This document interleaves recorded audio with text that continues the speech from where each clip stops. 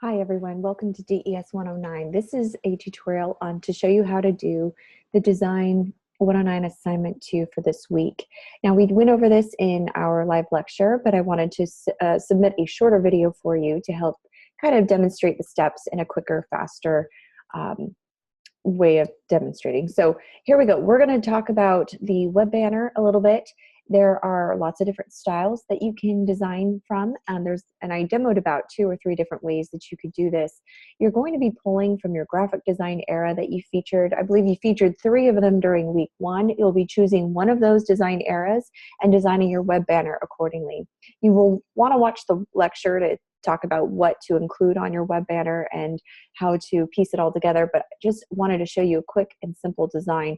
So right here, we're going to be using a little trick. And I just went on Google and found a web banner to kind of mimic and copy. So what I'm going to do is start off by drawing an ellipse tool. Or I'm going to start off with my ellipse tool. I'm going to start off drawing a shape.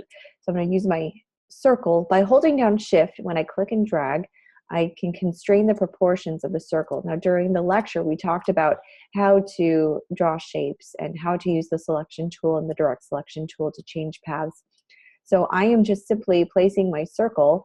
I'm going to hold down the Alt Option button, click and drag when my mouse changes, and that will copy a circle. I'm going to give it another color. I'm going to use a darker color for contrast. I'm going to right click on that top layer and I'm going to send it to back. And then I'm going to just move this circle around so you just get a hint of it, but I'm going to line it up so that they line up together side by side. I'm going to highlight both of them by clicking and dragging around them, or you can hold Shift and select each one, and that will allow you to resize them as a group. You can kind of adjust the shape and the form of the circle if you'd like. I kind of bring it over, bring this over a bit.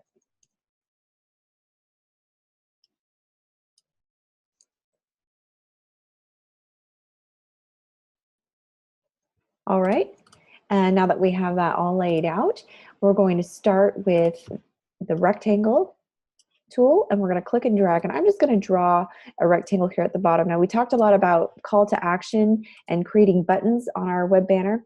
The fastest and easiest way to do that is to either do a banner here at the bottom or a place where your website can be clicked and selected, because the point of web banners is to be able to click on the web banner and it take you directly to the website or to the offer. So we use what's called a call to action. So on your web banner, you're going to want to place, right click, release my information. I'm going to move it over so it doesn't crowd my space.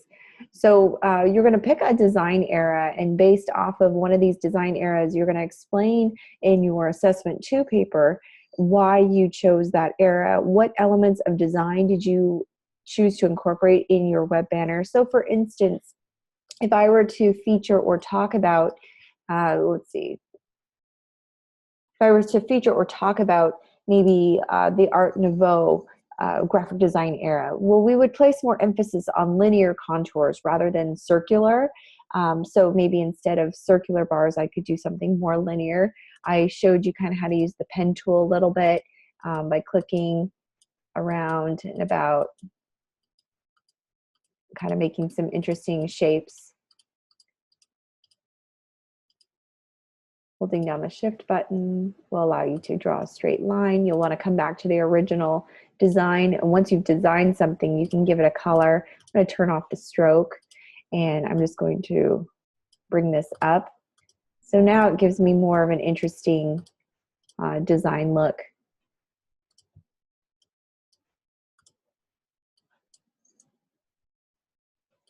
Like that.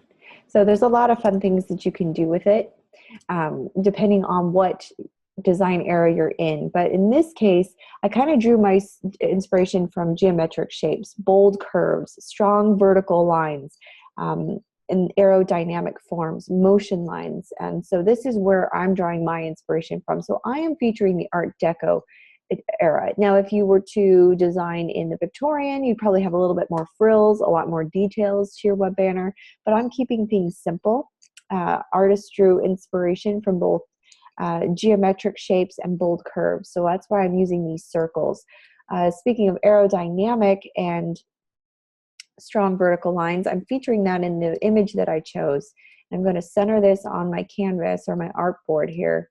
I'm going to place this image. I'm going to right click, arrange, send to back, and that will put it in the back of all the layers. And then I've got my website here that I typed up. You'll probably need to come up with something, whatever you're featuring. If something doesn't display, you can always arrange it and bring it to front. That usually means that it's on a back layer. I'll center that between my rectangle. I've got my top color with my bold curves here. Now, also indicative of this design era, the Art Deco era's motion lines and strong vertical lines. So to emphasize that, I'm going to use my line tool, and I'm going to hold down Shift as I click and drag. And what this does is it allows me to draw a straight line. And then I'm going to give the stroke white stroke. And once it's the size that you want, oops, use your selection tool to deselect. You can just hold down Alt Option, click and drag, and this will make a copy, an exact replica of what you just did. All right, and then you'll grab the type tool and type in some information. Usually a logo goes up here, or maybe a message for the business or a call to action. In this case, I'm just going to put this text here. And then we are the best choice. Obviously, this is why we click on these ads, because we're trying to get them to choose us, right? As an advertiser, you want them to choose your company over another. I'm going to give some elbow room, some white space here up at the top. Now, white space doesn't usually mean it's white. It just means there's breathing room between the elements. We want our grouping to be in the proximity to give enough space in between that it's readable. I also created a little button, and by doing that, you'll hold down the rectangle tool and go down to the rounded rectangle tool. And with that, you can change the roundness of the rectangle, but the default settings usually provide a good option for me. And then I'm just going to give it a white stroke, and I'm going to give it a blue fill. So I'm going to use this dark blue to add contrast on top of my light blue, and I'm going to give it a white stroke, just like that. Buttons don't have to be very big. In fact, they can be small because that's not the important information. Remember, we want to promote hierarchy in our design. The most important information is usually at the top, like your logo and then your message, and then contact information usually follows down below, and so that's usually a lot smaller. So in this case, this button is just going to be an afterthought. It's not the star of the show. It's kind of just playing a supporting role. I grabbed my type tool and I added a little call to action here for more information. And when it doesn't display, it usually means it's on a back layer. So you just right click it, arrange, bring to front. Make sure that's nice and centered. Make sure all your elements are centered here. Now you'll notice that as I made this design that things are overlapping over the artboard, and you'll also notice that as you create when you create your PDF, if you go to File, Save As, you go to Format down here and create Adobe PDF, you'll notice that when it does that, it will also show this picture extended, and it's kind of a mess on your artboard. So what you need to do is what we call a clipping mask. So it's pretty simple. All you need to do is grab your rectangle tool, click and drag to the size of your artboard, and this is going to be the frame that we're going to fit all the information in. You're going to set the fill to transparent, and then you're going to make sure it's on the front row. So arrange, or front layer, bring to front. You're going to highlight all of your elements. You're going to right click, make clipping mask. And that will fill all the content in that frame. Now it's still all there. You can double click on any one of the elements and you'll see that that frame is still there. So you can edit it. You just have to double click within the clipping mask to make sure you edit it. But if you ever want to release it, you just select that exterior frame, you right click, and then you can undo make clipping mask, just like that. All right, so there you have it. That's how you do assignment 2. You will talk about in your paper why you chose the elements that you did, why you designed this web banner why you did what you did. For instance, I chose to mimic the Art Deco design era, so I might talk about the geometric shapes, the bold curves that I included, maybe the strong vertical lines that I included in here. aerodynamic forms, hence the picture. Motion lines, that looks like the circles are moving. It's kind of like a wave. Airbrushing, and maybe starbursts galore.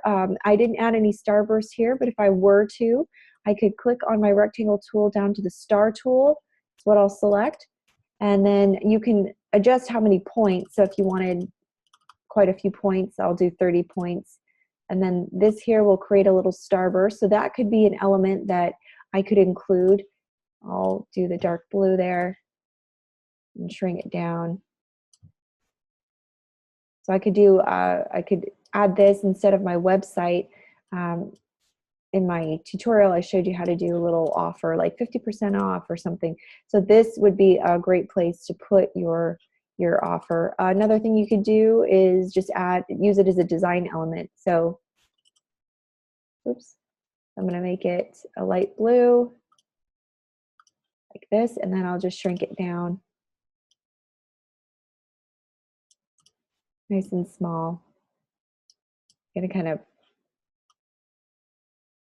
put it down here to kind of draw attention to this website. Just like that. That could be another design element, or you could choose to make it large, like this.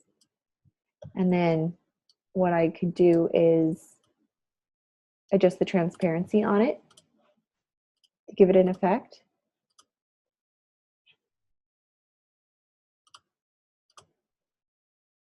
And then I could fit it within the clipping mask.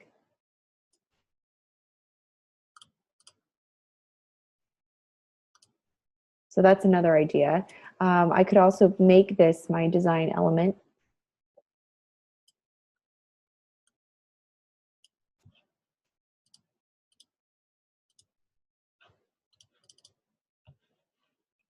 Not that necessarily, but I would use it in place of the stickers.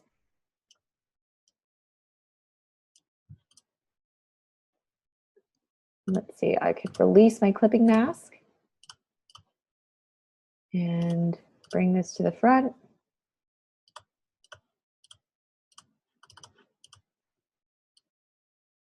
I would send this back.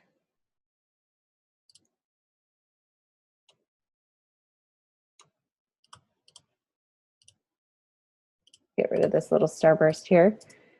I'll bring my website and other information to the front. And my circle and my other information. The only thing that's not going to be at the front is going to be the image and that starburst. It gets a little tricky when you work with a lot of layers, but what I'm going to do is bring my rectangle frame to the front, and then I'm going to highlight everything again, right click, click, make clipping mask. So that could be kind of like a little design element, a little starburst, a little shout out to the Art Deco era, just like that. And that kind of gives some interesting dimension. There's a lot you can do with this. So I hope this helps you. I hope you find a simple design to kind of create. Check out the week 2 lecture recording, because I also went over a few other design demos, but this is a very simple one, and it is a really good place to start. So good luck, and I hope you enjoy it.